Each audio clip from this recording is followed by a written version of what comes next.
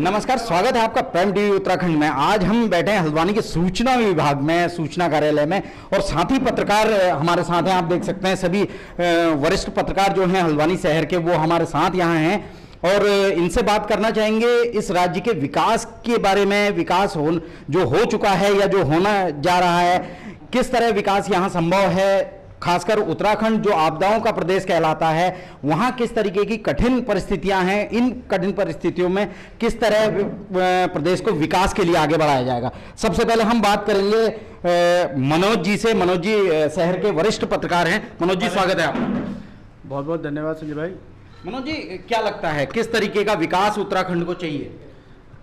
नहीं, किस रिगार्डिंग आप पूछ रहे हैं क्वेश्चन? विकास ऑल ओवर विकास, चाहे वो शिक्षा के क्षेत्र में हो, चाहे सड़कों के क्षेत्र में हो, तो किस तरीके का विकास उत्तराखंड को चाहिए जो अभी तक नहीं हो पाया? देखिए, आज एक तो नया राष्ट्रपति मिली है अपने देश को, और आदिवासी उसमें आती हैं, वो झारखंड से, और 15वीं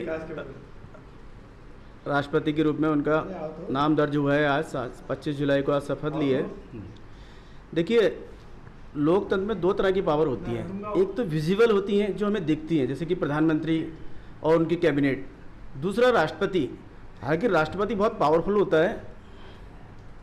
नहीं, उत्तराखंड, फिलहाल उत्तराखंड की बात अगर हम करें तो उत्तराखंड में विकास की जो जरूरत है, विकास के बारे में आप बहुत अच्छा लेख लिखते हैं, तो क्या लगता है आपकी नज़र में क्या है, विकास अभी तक कहाँ रुका हुआ है, कहाँ?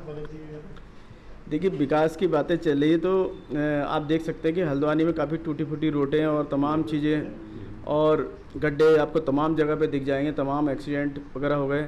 हाल में ही 2-3 मौतें भी हुई, मतलब विकास के नाम पे। हालांकि उन्होंने जब जो लोहे के आपके वो थे पाइप्स बड़े बड़े, अभी हाल में ही दुर्घटनाएं हुई, और अभी कमिश्नर साहब ने भी उसको संज्ञान में लिया था, और जो ठेकेदार थे उनको भी काफ़ी टाइट किया है कि 10 दिन में रिपोर्ट देने को कहा था।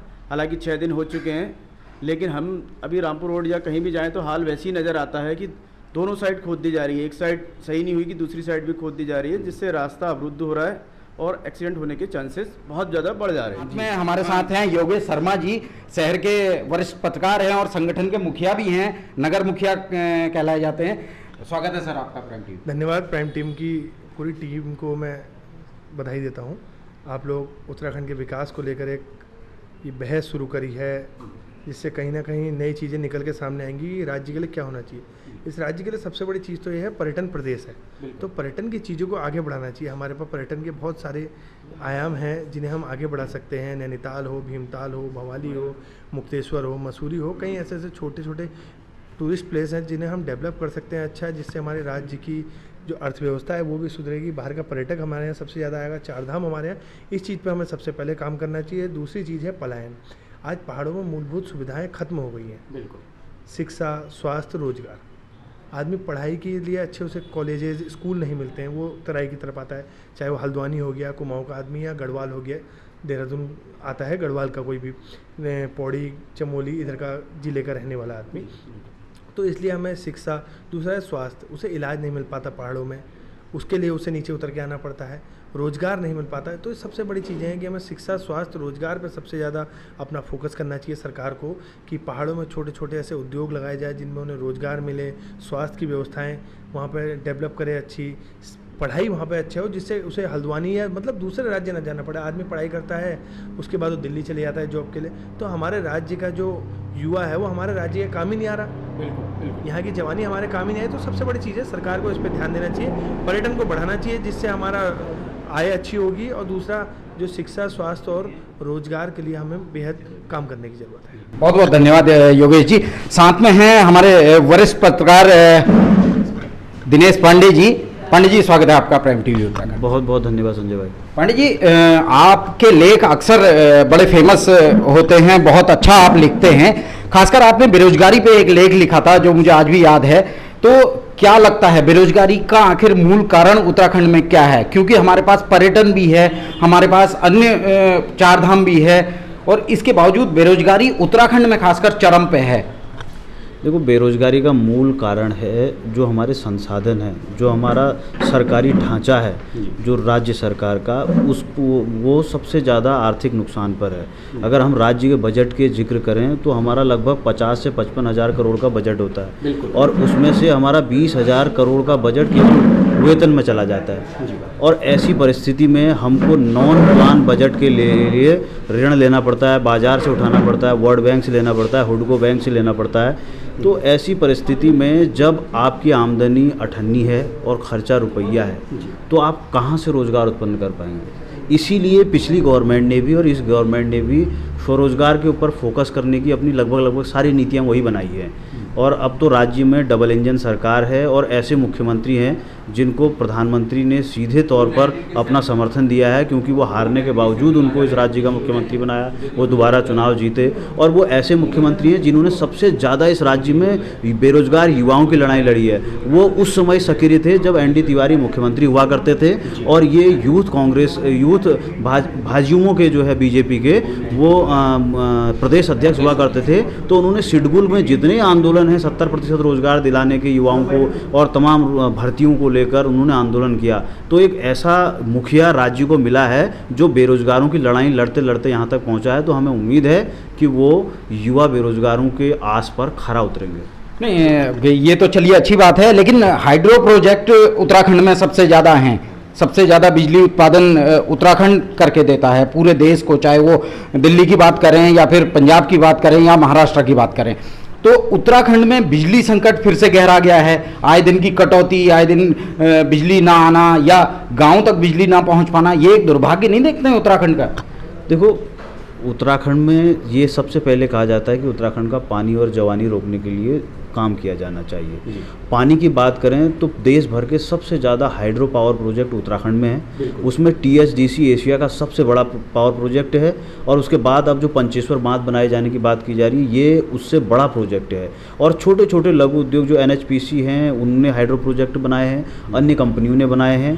लेकिन ये सर्वविदित है कि ये सेंट्रल की जो परमिशन है उससे बनते हैं और उनकी वित्तीय स्वीकृति से बनते हैं। चाहे हमारा जमरानी बांध हो, तमाम ऐसे बांध हैं।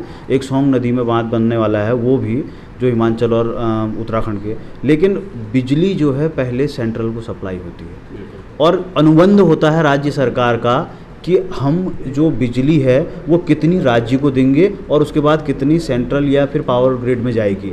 और वहाँ से जब हमारे राज्य को बिजली खरीदनी पड़ती है तो वो बाज़ार के भाव में ख़रीदते हैं। यही एक मूल वजह है कि जब हमारी ज़मीन, हमारा पानी, हमारे राज्य का पानी हमारे क्षेत्र में कोई बाहरी व्यक्ति, बाहरी कंपनी या बाहरी संस्था जब कोई बड़ा पावर प्रोजेक्ट लगाती है तो कम से कम इतनी उसमें MOU में इतनी चीज़ें हमारे लिए होनी चाहिए कि हमें पर्याप्त बिजली मिल सके। और इस राज्य की क्षमता, छोटा राज्य है, छोटी क्षमता है, अगर जिस दिन ये हो गया कि हमको उतनी बिजली मिलनी शुरू हो गई तो फिर हम ज़्यादा बिजली हमें की आवश्यकता है नहीं। हमें हमारे पास छोटे तीन जगह शेड्यूल हैं और पावर और जगह जो उद्योग हैं उनमें लगने होते हैं। लेकिन उसके बावजूद जब हम इन्हीं को इतने डैम बना के अपने छोटे से राज्य को बिजली नहीं दे पा रहे हैं तो ये दुर्भाग्य है। यहाँ हमारे साथ सचिन जोशी जी हैं। सचिन जोशी जी वरिष्ठ पत्रकार हैं शहर के। भी प्रदेश में पलायन बहुत बड़ी समस्या है, फिर भी पलायन हो रहा है। इतना सब सरकार की योजनाओं के बावजूद, इतना अगर सरकार योजनाएं चला रही है तो फिर पलायन क्यों बढ़ रहा है उत्तराखंड से? मैंने कहा ना कि सरकार जो इसमें काम कर रही है, होम स्टे के लिए इसमें काम किया जा रहा है कि ताकि होम स्टे जो पर्वतीय क्षेत्र, आपने पलायन की बात करी, मैं मानता हूँ, इस बात को मानता हूँ कि उत्तराखंड में अभी तक का रोजगार, यहाँ पर रोजगार के क्षेत्र में पहाड़ों में कोई कार्य नहीं किए गए हैं। जिस प्रकार से यहाँ पर ND तिवारी जी की सरकार थी, यहाँ पर सिडकुल की स्थापना की गई, पिटकुल किया गया, हरिद्वार में किया गया और 70% युवाओं को उसमें रोजगार देने की भी बात कही गई। हालांकि इसका पालन हो रहा नहीं हो रहा, ये सरकार की बात है, सरकार इसमें क्या कर रही है। लेकिन हमें जो लगता है कि युवा बेरोजगार हैं, इस बात को मैं मानता हूं कि युवा बेरोजगारी का ग्राफ बढ़ रहा है, रोजगार नहीं मिल पा रहा है, लेकिन सरकार के द्वारा कोशिश करनी चाहिए। सरकार कोशिश कर रही है जी। चलिए, बहुत बहुत धन्यवाद सचिन जी। तो हमारे साथ हमारे पत्रकार साथी शरद पांडे जी हैं, इनसे जानते हैं। पांडे जी, क्या कारण मानते हैं बेरोजगारी का या महंगाई का? देखिए, ऐसा है, बेरोजगारी का जो कारण है जी, उसका सबसे बड़ा कारण हमारे वहाँ पलायन, सबसे बड़ा कारण। मैं एक स्टोरी करके आया था 2 साल पहले जी। मतलब स्थिति इस हद तक है कि गांव के गांव खाली हो गए। बिल्कुल। ठीक है, और वहाँ पर सबसे जो मूलभूत चीज़ें हैं, स्वास्थ्य, शिक्षा, रोजगार, वो नहीं मिल पा रहा है। जब पलायन ही हो जाएगा हमारे पहाड़ों से, तो वहाँ क्या बचेगा? कुछ नहीं बचेगा। नहीं, सरकार के दावे बहुत बड़े बड़े हैं। दावे बड़े हैं। मैं आपको एक एग्जांपल देता हूँ। पहाड़ पे अगर हम किसी महिला का, गर्भवती महिला का अल्ट्रासाउंड कराना चाहते हैं, अगर बाई चांस 400 रुपये का वो अल्ट्रासाउंड है और वो एक टैक्सी बुक करके आती है, टैक्सी बुक करने का खर्चा उसको 2000 रुपये का पड़ता है। बिल्कुल। मतलब एक अल्ट्रासाउंड उसे 2400 रुपये का पड़ता है। अगर उस दिन अल्ट्रासाउंड नहीं हुआ, दूसरी डेट लग गई, तो उस अल्ट्रासाउंड का उसे कितने रुपए वहन करने पड़ते हैं, आप खुद समझ लीजिए। इसी प्रकार लोगों की जो स्थिति है, लोग अपने पहाड़ों की तरफ को जाना नहीं चाहते हैं। आप जाइए, सिर्फ जागरी लगाने मत जाइए, पूजा करने मत जाइए, अपने पहाड़ों को देखिए। आप जाइए, अगर आप वहाँ पहाड़ ही नहीं बचेगा तो हम देश की रक्षा कैसे करेंगे? बिल्कुल। तो पलायन की स्थिति तो दिन पर दिन और खतरनाक होती जा रही है। अच्छा, आपसे जानना चाहेंगे कि जो पलायन हो रहा है या जो बेरोजगारी है, इस बारे में आपकी राय क्या है? किस तरीके से सरकार इस पर अमल करे? देखिए, लंबे समय से जो है पहाड़ों से लगातार पलायन हो रहा है। पहाड़ का युवा लगातार जो है मैदानी क्षेत्रों में पलायन कर रहा है। मेन जो है सुविधाएं नहीं है पहाड़ में, शिक्षा हो गया, मेन जो है रोज़गार नहीं है, रोज़गार जो है रोज़गार की काफ़ी कमी है। अगर कुछ उद्योग लगाए जाए, डेवलप किए जाए, तो पहाड़ से जो है एक पलायन रोका जा सकता है। देखिए, आप देख रहे हैं कि अच्छी अच्छी जो प्रतिभाएं हैं वो अन्य राज्यों से खेल रही हैं। ये हमारे जो है एक राज्य का दुर्भाग्य है।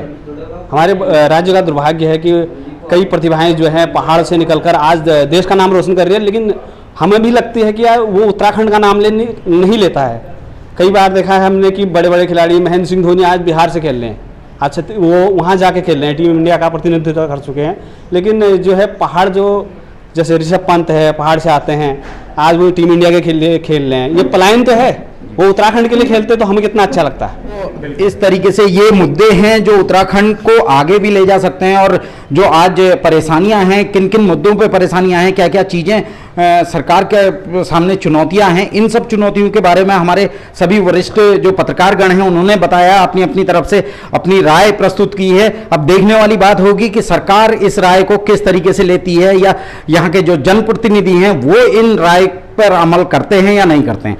प्राइम टीवी उत्तराखंड के लिए मैं संजय प्रसाद, धन्यवाद।